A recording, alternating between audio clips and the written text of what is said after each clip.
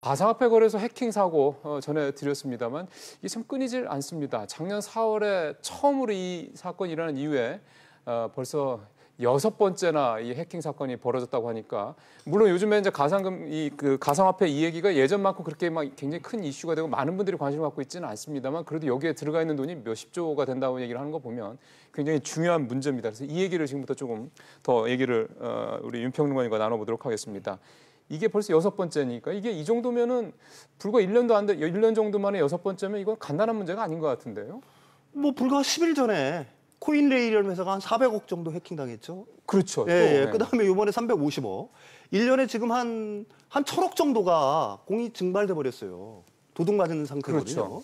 사실은 그런데 이게 지금 이런 상황을 갖다가 계속 방치하는 게 과연 정부가 자신의 역할을 어떻게 보면 최선을 다하고 있는 건지 그거는 저번 시간에도 말씀드렸지 굉장히 큰 의문입니다. 그럼 이게 계속해서 반복된다는 거는 시스템적으로 문제가 있다는 거 아닙니까? 아, 그렇죠. 두 가지 문제가 있는 겁니다. 하나는 그 ISMS라고 해서 정보 보안 관리 시스템을 갖다가 상위 몇 개 업체에 대해서 올해 말까지 인증 작업을 마치라고 얘기를 했어요. 그 인증 작업을 하고 있는데 예. 사실 그게 된다고 하더라도 그걸 전부 다 사람들이 인증을 받는다고 하더라도 과연 보안의 어떤 수준이 높아질 거냐는 개인적으로 의문이 있어요. 왜 그러냐면은 예. 지금 구조적인 문제를 안고 있는 겁니다. 어떤 거죠? 중앙 집중형 거래 시스템이에요. 예. 사람들이 거래하는 가상화폐를 갖다 자신들이 지갑에 쉽게 말하면 자신들 지갑에 거래소 지갑 자체에 한 군데로 몰아넣고 거기서 돈을 빼고 주고 하는 이 거래를 한단 말입니다. 예. 그러니까 이 지갑에 비밀번호 하나만 잊어버리면은 엄청난 돈들이 그냥 다 나가 버리는 거예요. 그래서 그게 해킹이 되는 거군요. 그게 해킹이 되는 거죠. 근데 이걸 갖다가 해결할 수 있는 방법은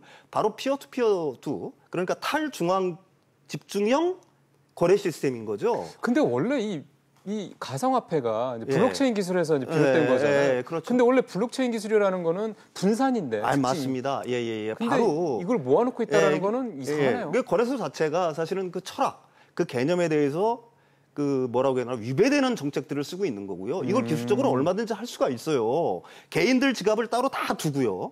그 거래가 일어나면 개인 지갑에서 이쪽으로 옮기고 이쪽에서는 돈이 오고 하는 시스템을 만들면 되는 거 아닙니까?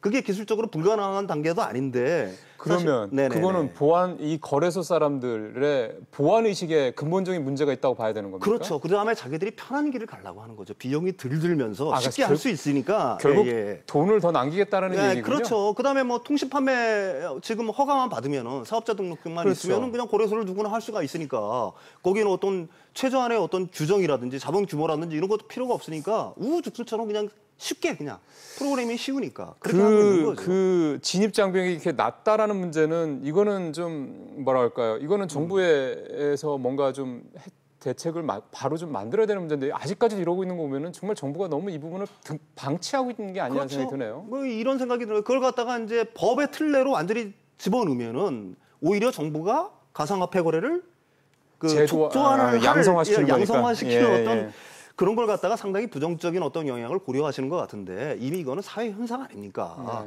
그럼 정부가 이제라도 법의 틀 아래 이걸 갖다가 받아들여가지고 규제의 틀을 마련해야 되는 거예요.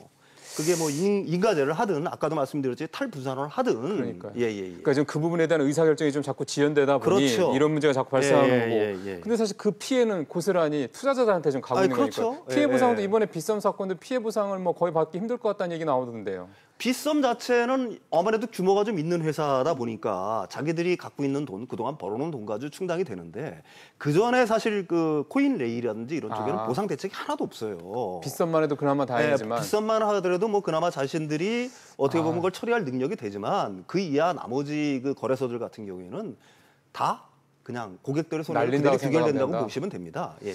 그러면 지금 평론가님 말씀하셨던 말씀들을 좀 지금 이해를 해보면 정리를 해보면, 그러니까 이 피해는 앞으로도 계속해서 그러니까 해킹 피해는 앞으로도 계속해서 벌어질 가능성이 상당히 높다는 얘기고. 예. 그런데 이런 부분에서 정부가 계속해서 이런 식으로 그냥 놔둔다고 하면은. 결국 투자자들 피해로 계속해서 전가가 되는 상황밖에 없을 거라는 거고. 이것도 참 해결해줘야 될 참 문제. 이 안에 들어가 있는 돈이 지금 수십조라고 하는데 참 걱정입니다. 뭐 당국이 좀 빠른 대책을 좀 내놓기를 또 기대를 좀 해보겠습니다. 저도 그걸 기대합니다. 예. 평론가님 말씀 잘 들었습니다. 감사합니다.